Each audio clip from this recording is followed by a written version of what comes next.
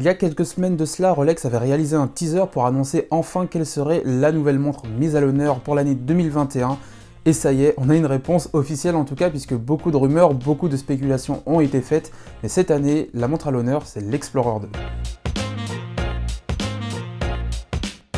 Même si son arrivée a été prédite depuis plusieurs mois, il était déjà plus difficile de deviner le nouveau design de la montre, et à raison puisque l'année dernière en 2020, les Oyster perpétuelles qui étaient mises à l'honneur étaient pour le moins différentes. On avait noté 3 innovations sur les entrées de gamme de Rolex, à savoir la première innovation était sur la couleur puisque personne ne l'attendait, ces nouvelles couleurs de Oyster perpétuelles ont beaucoup fait parler d'elles, en bien ou en mal. La deuxième innovation a été sur le diamètre puisqu'on ne retrouve plus les Oyster perpétuelles à 39 mm maximum, mais bien à 41. Cette collection pendant des années a beaucoup été mise de côté par la clientèle masculine puisque cette dernière recherchait davantage des montres avec un diamètre plus grand. Et enfin, dernière innovation, ou plutôt mise à jour de la montre, puisque celle-ci propose un calibre proposant 70 heures d'autonomie et non plus une cinquantaine d'heures comme dans le passé. Et donc avec toutes ces innovations qui bousculent un petit peu les codes conventionnels de la marque, à quoi on pouvait s'attendre avec l'Explorer 2 qui a été teasé pendant des mois? Eh bien beaucoup de choses, mais difficilement à ça. On a enfin une visibilité sur le modèle qui, restant objectif, ne change pas, malgré une rumeur qui parlait d'une lunette en céramique. Rien de ce côté-là, on garde une lunette en acier.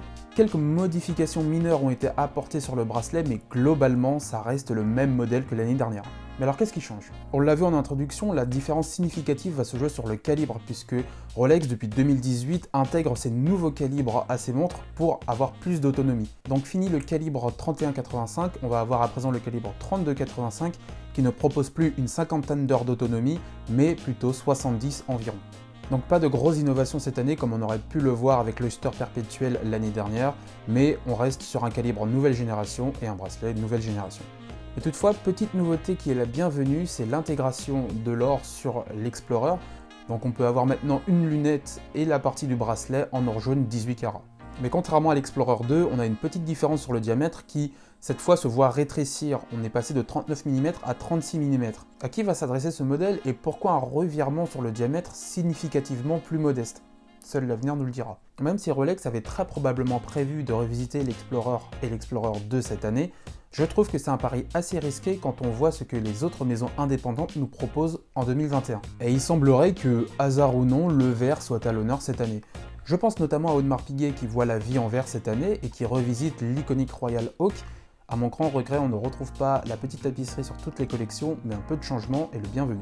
Mais je pense surtout à Patek Philippe qui a annoncé l'arrêt de sa machine de guerre, la Nautilus 5711, cadran bleu, pour aujourd'hui nous proposer un cadran vert olive que je trouve extrêmement élégant. Et si je pouvais m'en procurer une, ce serait avec grand plaisir que le vert serait à mon poignet. Je trouve que troquer le bleu face au vert est une excellente alternative et une suite logique pour la marque.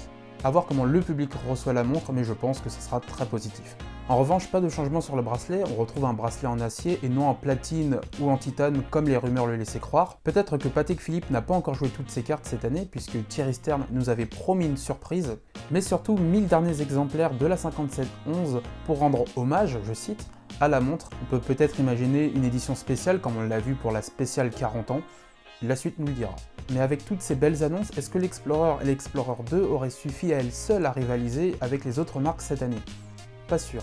Et c'est pourquoi Rolex a décidé également cette année de revisiter des montres iconiques. On a donc la Datejust cette année uniquement sur 36 mm qui propose de nouveaux cadrans, dont le cadran vert olive qui je pense va beaucoup faire parler de lui, et qui d'ailleurs est le seul modèle sur la Datejust à avoir des motifs.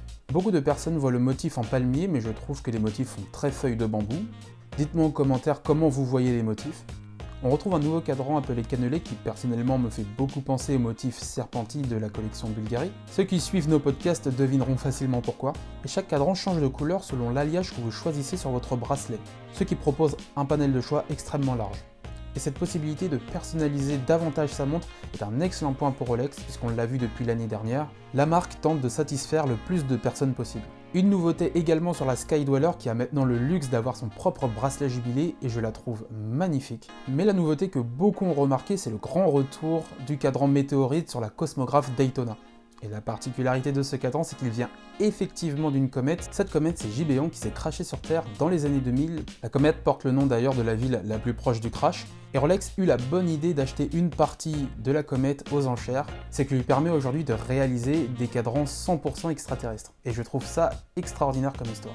Et pour les plus attentifs, j'ai bien dit le retour du cadran météorite. En effet, puisque dans le passé, la marque avait déjà eu recours à ce minerai pour ses Daytona, notamment la série 116-519, et bien évidemment sur la collection GMT il y a quelques années. Dernière nouveauté qui a été très discrète toutefois, c'est la Lady Datejust avec sa parure de diamant sur l'ensemble de la montre, qui malgré moi me fait beaucoup penser au type de collection qu'on peut retrouver chez Cartier, ne me demandez pas pourquoi. Donc de manière générale, qu'est-ce qu'on peut penser de la nouvelle collection 2021 de Rolex? On a le sentiment que Rolex mise sur le temps quant à chaque nouveauté qu'elle propose. Chacune des montres que l'on a vues aujourd'hui s'inscrit parfaitement dans leurs collections respectives, sans pour autant brusquer des bases solides qui sont déjà très bien en place. Du renouveau sans oublier qui nous sommes, c'est l'une des forces de Rolex et ça on ne pourra jamais leur enlever. Les anciennes références de l'Explorer et l'Explorer 2 ne sont déjà d'ailleurs plus disponibles, sur le site en tout cas. Il est donc très probable que l'on retrouve déjà l'Explorer et l'Explorer 2 de 2020 sur le marché gris, un petit peu plus cher bien entendu. Ajoutez au fait que les nouveautés Rolex sont de moins en moins disponibles pour le commun des mortels, il n'est pas impossible que les prix sur les marchés gris risquent de grimper en flèche. C'est un schéma qui commence à être très récurrent pour la maison à couronne de rendre de moins en moins disponibles ces modèles. On peut notamment penser à l'Oyster Perpetual qui, je le rappelle, est l'entrée de gamme de la marque et qui nécessite aujourd'hui minimum 1 an d'attente pour se procurer une Oyster Perpetual. Des records d'attente et des listes de souhaits qui battent des records pour certaines de ces entrées de gamme, qui commenceraient, il semblerait, être perçues comme des montres professionnelles. Ce qui me permet de conclure avec cette ultime réflexion. Compte tenu de la crise sanitaire qui a également frappé de plein fouet le secteur horloger suisse, les stratégies de distribution des marques risquent d'évoluer pour les mois, voire les années à venir. Seul l'avenir nous le dira, mais il risque d'y avoir des conséquences sur le marché européen.